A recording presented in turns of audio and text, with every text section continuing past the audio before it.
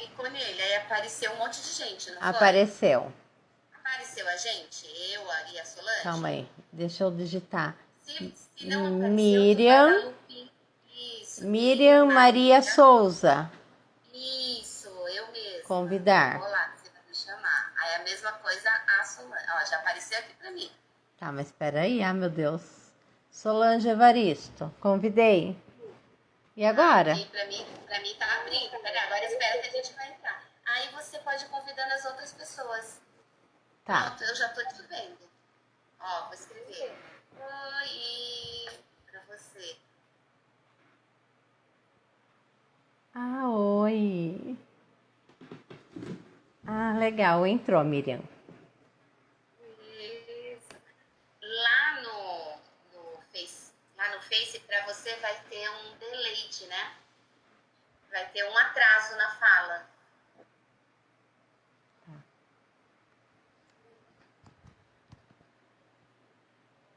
Caiu.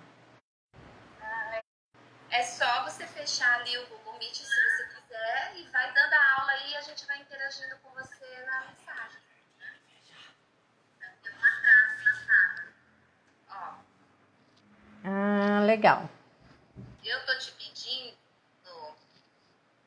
para entrar aqui lá pelo Google Meet. A minha mãe pedindo para entrar. Vamos lá, então. E tem um monte de gente, vamos lá. Convida um monte de gente. Tá bom. Legal.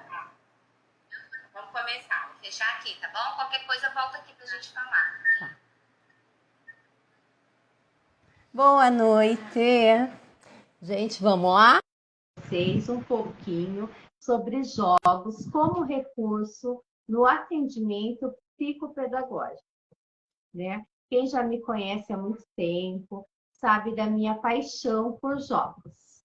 Desde o tempo que eu entrei lá no magistério, em 2000 e alguma coisa, eu sempre trabalhei muito com jogos, né? Eu sempre gostei de utilizar isso como um recurso, principalmente com as crianças que tinham muita dificuldade em qualquer das suas habilidades. Então, vamos lá. Hoje, nesses jogos, eles podem ser tanto para pedagógico, psicopedagógico ou neuropsicopedagógico. Antes de a gente pensar nesses jogos... Oi, Miriam. Oi, Solange. Boa noite, meninas. Então, antes da gente pensar nesses jogos, né, a gente precisa pensar nessa criança. Quem é essa criança? Né? Então, a gente tem um processo aí de criação, que eu falo que são os pré-requisitos. Esses pré-requisitos é compreender qual é o objetivo. Oi, Camila, tudo bem? Boa noite. Nesse pré-requisito, a gente precisa pensar qual é o objetivo. Oi, Sandra! Tudo bem, gata? Qual é o objetivo? Qual habilidade eu quero desenvolver? Qual será o material que eu vou utilizar? Qual será a aplicabilidade desse material? Qual o meu público-alvo? A faixa etária? E o interesse dessa criança ou desse aprendente. Pensando nisso, primeiro, o que a gente precisa? Saber quais são esses conhecimentos, né? Que a partir dos nossos conhecimentos, eu preciso o quê? Entender e compreender. Se eu vou trabalhar com uma determinada faixa etária, vamos colocar aí dos 3 aos 10, 11 anos, o que eu preciso saber? Eu preciso conhecer o desenvolvimento humano. Como é esse desenvolvimento humano, esse desenvolvimento infantil? O que está previsto para cada faixa etária? O que essa criança desenvolve em cada etapa dessa faixa etária? Eu preciso saber sobre aprendizagem, como é o processo de aprendizagem? Como essa criança aprende, né? Quais são os métodos de aprendizagem? Então, eu preciso entender isso e compreender para pensar num jogo, num recurso, numa atividade para, seja criança, adulto, adolescente, conforme o seu atendente que você está atendendo. E os processos de alfabetização. Isso é muito importante. Quando nós temos conhecimento dessas 3 áreas, daí nós podemos pensar, quem é essa minha criança? Oi, Amanda. Oi, Karina. Boa noite, meninas. Ai, que bom que estão gostando do assunto. Meninas, é a primeira vez, tá bom? Que eu estou aqui ao vivo no Face, então tenham paciência comigo, tá bom? Devagarzinho nós vamos. Então, vamos lá. Depois dos meus conhecimentos, o que eu preciso? Eu preciso organizar um planejamento. Nesse planejamento, eu preciso entender referências teóricas, porque eu não posso achar e criar uma coisa sem eu saber. Ela tem um fundamento teórico, mas por que a criança aprende desse jeito? Como que o cérebro dela processa, né? Qual a faixa etária dela? Então, eu tenho que ter uma referência teórica, eu tenho que pensar nesse meu planejamento, por quê? O que eu quero criar, como eu quero criar e o que eu quero criar. Então, eu pensando nessas perguntas para poder elaborar esse planejamento. Claro que todo planejamento, ele precisa de muito estudo e pesquisa, né? Sem essa pesquisa, esse estudo, ele não vai ter um aprofundamento. Você vai ficar sem saber o que fazer, né? Então, a gente precisa seguir uma linha disso. Outra coisa referente ao estudo e à pesquisa, quando você pensa, né, em uma criança, gente, quando eu falar criança, eu já estou falando, tá bom? Do adolescente, adulto, a terceira idade, porque com os jogos a gente pode trabalhar em todas as etapas. Porque dependendo da dificuldade dessa criança ou um transtorno de aprendizagem, a gente pode estar utilizando os jogos, tá? E assim, eu tenho que pensar no meu nicho. Quem eu vou atender? Isso é a primeira coisa. Tá bom, eu vou atender o quê? Só adolescentes, pré-adolescentes, dos 12 aos 18? Ah, não, dos 18 aos 30. Então, você tem que definir qual é o seu público-alvo. A partir que você definiu qual o seu público-alvo, a faixa etária desse público-alvo, tá? Então, eu vou atender, no meu caso, eu atendo crianças de 3 a 12 anos. Claro que se chegar alguém, uma mãe, falar, olha, meu filho está com dificuldade em conteúdo, dificuldade na escola, ele não consegue prestar atenção, ele não tem concentração. Claro que a primeira coisa é acolher essa mãe, porque essa mãe, ela está passando por um processo de sofrimento. Porque quando nós pensamos em ser mãe, que nós temos o nosso filho, o que a gente pensa? Eu quero um filho perfeito, ai, meu filho vai estudar, meu filho vai fazer uma faculdade. Mentalmente, a gente acaba planejando essa vida do nosso filho. A gente acaba estruturando uma vida para esse filho. E às vezes, como não é desse jeito, a gente acaba caindo em sofrimento. A gente acaba sofrendo pelos nossos filhos, por eles não serem aquilo que a gente queria que fosse naquele momento, porque ele é um ser humano, ele é único. E cada um tem as suas prioridades, as suas dificuldades. Então, nesse momento, você vai acolher essa mãe, né? Você vai acolher essa criança. E sempre que você for fazer por essa família, por essa criança, sempre faça o seu melhor. Sempre dê o de melhor que você tem. Porque naquele momento é isso que eles estão precisando. E depois, né, vamos lá, a gente falou um pouquinho do conhecimento, do planejamento, do estudo, da pesquisa. Agora nós vamos falar das anotações, né? Quando a gente pensa em tudo isso, a gente precisa fazer algumas anotações. Eu uso sulfite, caderno, planner, agenda e amo canetas. Então, assim, eu estou anotando, depois eu mostro para vocês as anotações de hoje. Oi, Gláucia, linda! Minha Diri, linda, maravilhosa. Que bom que você está aqui. Então, vamos lá. Nessas minhas anotações, antes de eu pensar nisso, eu vou fazer uma pergunta. O que eu quero com isso? Então, o que eu quero com essa atividade? O que eu quero com esses recursos? O que eu quero com esse jogo? Eu quero ensinar, eu quero estimular e eu quero desenvolver uma habilidade. Tá. Então, eu já tenho isso, eu vou anotar lá no papel. Daí, mas para quem é tudo isso? Como eu vou usar isso? Quais são as diferentes funções que eu vou estar utilizando esses jogos, recursos? E a família? Como que eu vou orientar essa família? E qual o nível do desenvolvimento dessa criança? Que idade que essa criança tem? Quando eu faço tudo essas anotações, eu vou definindo o que eu quero com esse jogo. Ele pode tanto ser um jogo comprado, como um jogo construído.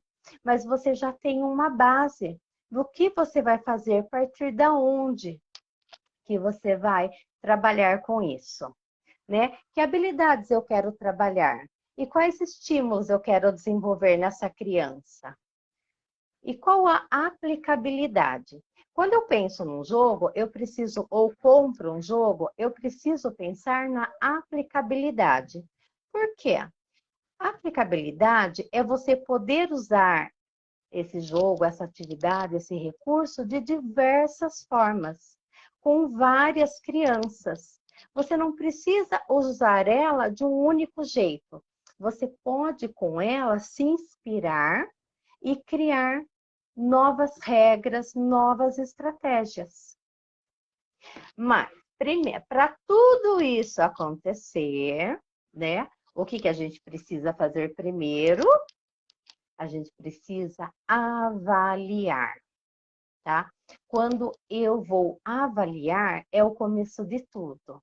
Eu preciso conhecer quem é esse meu aprendente, qual é a queixa dessa família, qual é a queixa desse aprendente. Eu preciso criar vínculos com a criança, criar vínculos com a família. Depois disso, e dessa avaliação, eu vou criar o quê? Uma hipótese diagnóstica. A partir dessa hipótese, daí sim, eu posso preparar o meu planejamento, o meu plano de ação, para começar a intervir com essa criança. Porque essa intervenção será pontual, porque eu já sei qual é a dificuldade dela. Então, através dos testes, né, das observações, conversar com a família, conversar com os professores, ir à escola, saber como essa criança está nesse meio escolar. Claro, gente, que esse ano realmente é difícil isso, né? Principalmente com esse negócio da pandemia, está sendo tudo online. Algumas escolas agora particulares voltaram, mas geralmente é esse o processo que a gente faz, né? Ir lá conversar com essa coordenadora, conversar com esse professor, ouvir às vezes a queixa desse professor, porque às vezes o professor ele tentou de uma maneira, ele tentou da outra e não conseguiu atingir essa criança. Então ele vai estar relatando e você vai estar o quê? Ajudando. Lembrando sempre que nós estamos para ajudar, né? Quando a gente chega numa escola ou em qualquer lugar, numa clínica com outros terapeutas, nós estamos lá para ajudar, para acrescentar, para dar sugestões, né? do que pode melhorar, acrescentar na vida desses profissionais ou da criança mesmo. A partir dessa intervenção, daí sim, a gente vai começar a fazer tudo isso, pensar nesses jogos, nesses recursos. Quando nós compramos os jogos, nós precisamos analisar, estudar, planejar, observar as regras e as estratégias. Como jogar? Antes da gente aplicar esse jogo, nós precisamos jogar. Nós precisamos ler, participar desse jogo em casa, com alguém da nossa família, né? Nós mesmos jogar para ver todas as possibilidades, para a partir daí poder estar jogando com essa criança. Porque a nossa visão, ela amplia a partir desse movimento, né? E o que a gente pode trabalhar com esses jogos? Então, eu coloquei aqui algumas sugestões, né? Que é a consciência fonológica, a linguagem, a leitura, escrita, processamento auditivo, visual, atenção, concentração, raciocínio lógico, a coordenação motora.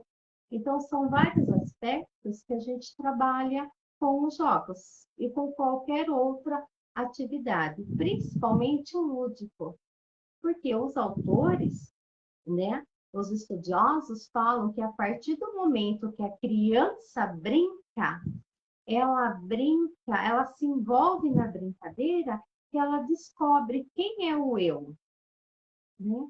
Porque ali na brincadeira, para nós tem um objetivo, mas a criança não sabe qual é o nosso objetivo e ela acaba se envolvendo. Ela vai se envolvendo e ela vai mostrando o que ela sabe, o que ela não sabe, o que ela gosta, o que ela não gosta, né? E ela acaba mostrando isso para gente. Às vezes, ela brincando com uma boneca, ela mostra a casa dela, como que é essa interação dela com a família, com a mãe, com o pai, com os irmãos, como que é na escola, com a professora, com os amigos. Daí você acaba percebendo, né? Essa criança, se ela é tímida, se ela é mais calma, se ela é mais agitada. E tudo isso faz parte do processo de aprendizagem. Uma outra coisa que eu gosto muito, né, que eu faço, eu sempre falo que são algumas orientações. É que quando eu penso nesses jogos, eu separo eles por habilidades, né? Então, eu faço blocos de habilidades, o que eu quero trabalhar, o que eu quero desenvolver e estimular nessa criança. Então, vamos lá, vou dar uma sugestão de jogos aqui para você. Um jogo que eu gosto muito é o jogo da memória, tá? Eu tenho diversos jogos da memória, desde cor, forma, tamanho, espessura de letras, números, figuras e palavras, maior, menor, todas as operações matemáticas, adição, subtração, multiplicação, divisão. E eu falo que tem mais uma infinidade de habilidades que a gente pode estar trabalhando com o jogo da memória. E o jogo da memória, eles são são bem acessíveis.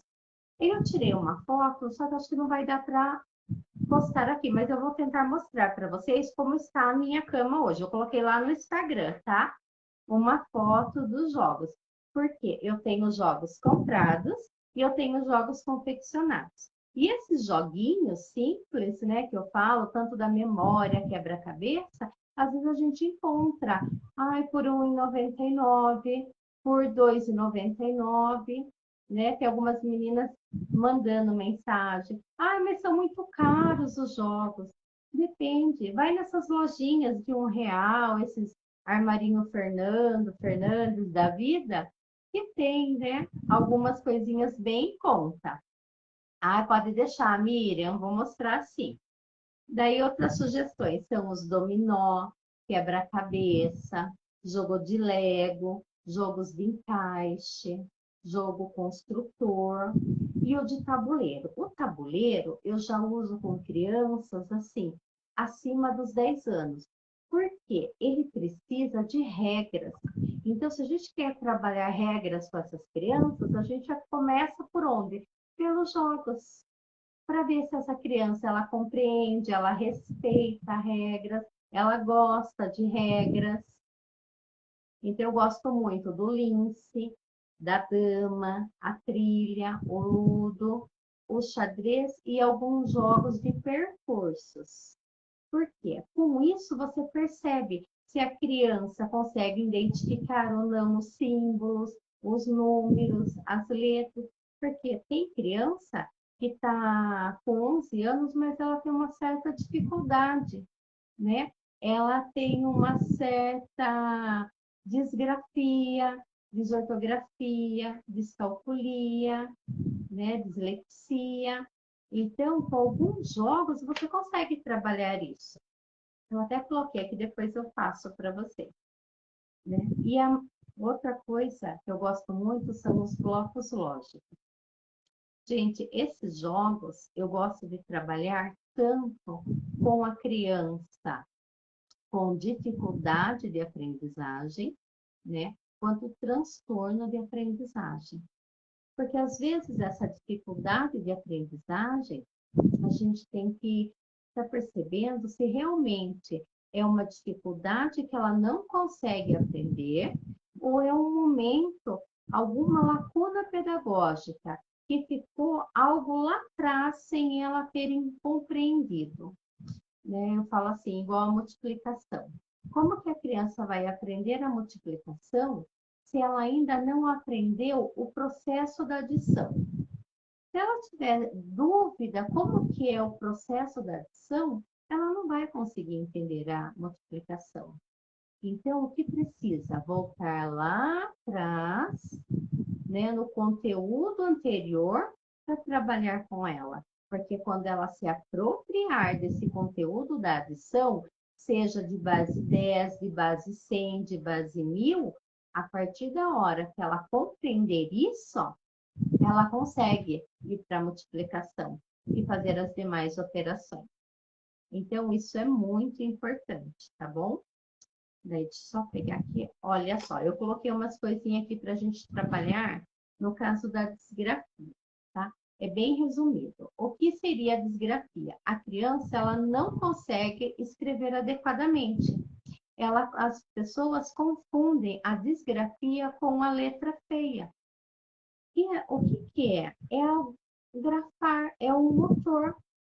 Então, ela faz o A de um jeito, numa palavra, depois em outra palavra, o outro A, porque ela tem dificuldade dessa coordenação motora. Então, a gente precisa trabalhar o que com ela?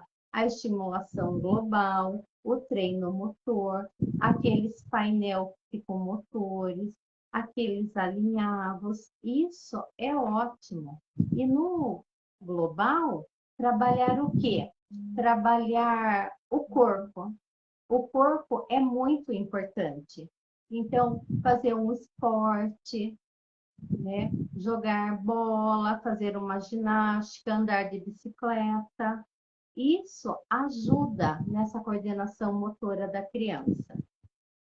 Eu coloquei aqui para da desortografia, para a gente estar trabalhando com massinhas, palito de sorvete com letras, letras móveis, pareamento de letras.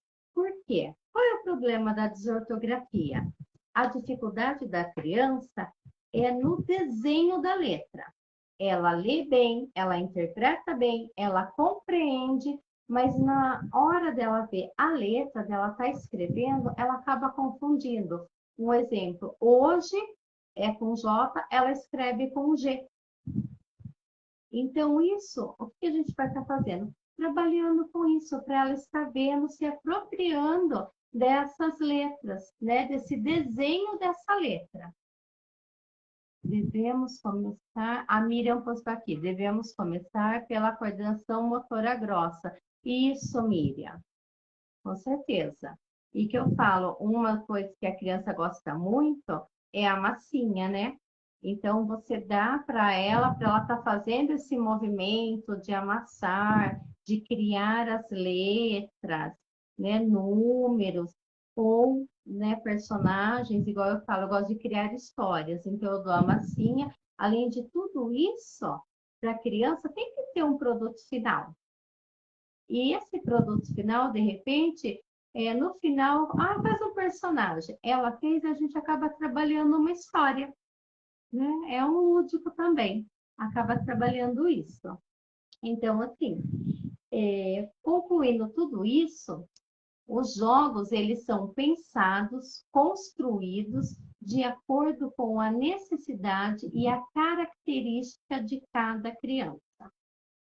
Então, primeiro a gente precisa conhecer essa criança, avaliar essa criança, para depois a gente criar os recursos, os jogos ou atividades, até mesmo se você for comprar, tá bom? A gente tem que pensar muito nisso, que não é só uma questão, uma criança chegou no seu consultório, você sai comprando um monte de jogos, fazendo dívidas. Não, você tem que avaliar primeiro qual é a necessidade dessa criança. A partir disso, você vai trabalhar, né? Você vai intervir numa coisa específica dela, tá? Deixa eu ver se eu consigo mostrar para vocês os meus jogos. Eu tirei uma fotinho, vamos ver. Meninas, eu estou aprendendo, tá bom? Se sumir aqui. Ai, consegui, gente. Olha só, ao vivo, né? A bagunça da minha cama. Olha, alguns jogos, tá vendo? São comprados. Gente, eu gosto muito desse jogo aqui das cores, tá? Porque ele tem vários níveis para estar trabalhando.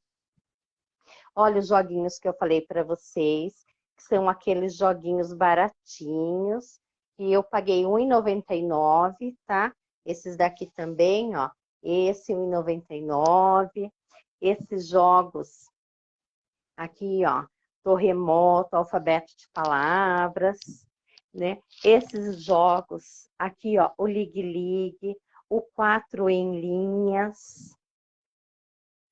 Esses também foram R$ 6, R$ 7. E esses daqui são jogos confeccionados, tá vendo? Esse aqui foi uma habilidade de uma criança, né? No espectro autista, que ela tinha que compreender, ela queria contar. Então, ela tem outras aplicabilidades. Além de ele colocar conforme as cores, também eu trabalhei o quê? A contagem. E ele sabia contar até 3 apenas. Aqueles joguinhos, olha, para a gente estar trabalhando palavras, frases. Essa sequência, eu gosto muito dela, tá? E o que eu fiz? Gente, eu imprimi. Quando eu não tinha plastificadora, eu passava aquele durecão. Sabe aquela fitona grossa, larga de durex? Eu passava ela. Agora, hoje, eu já tenho a plastificadora. Esse aqui eu coloquei ímã, tá vendo? Porque daí a criança cola no armário. Olha, a contagem, jogo da memória. Esse aqui, a minha criança, ela tinha muita dificuldade motora, fina. Então, aqui, conforme o cabelinho dela, ela pintou os prendedores e depois, conforme a cor, ela foi colocando. Aqui o geoplano. Eu gosto muito desse geoplano, porque olha só, eu trabalho as formas geométricas e as letras. Esse saquinho aqui, eu paguei R$ 1,99 também nele, ó, elásticos coloridos. E esse aqui é um pouquinho de alguns jogos que eu tenho e que eu gosto muito de trabalhar com eles. Opa, voltando aqui. Ai. E esses são alguns dos recursos e os jogos que eu uso, que eu gosto muito. E eu vou terminando por aqui. Espero que vocês tenham gostado. Me desculpem pelas falhas técnicas. Estou aprendendo, tá? Prometo ser bem, da próxima ser melhor. E assim, deixem comentários, tá bom? Porque eu vou preparar uma oficina. Eu vou postar certinho aí no Face, daí vocês colocam o telefone de vocês.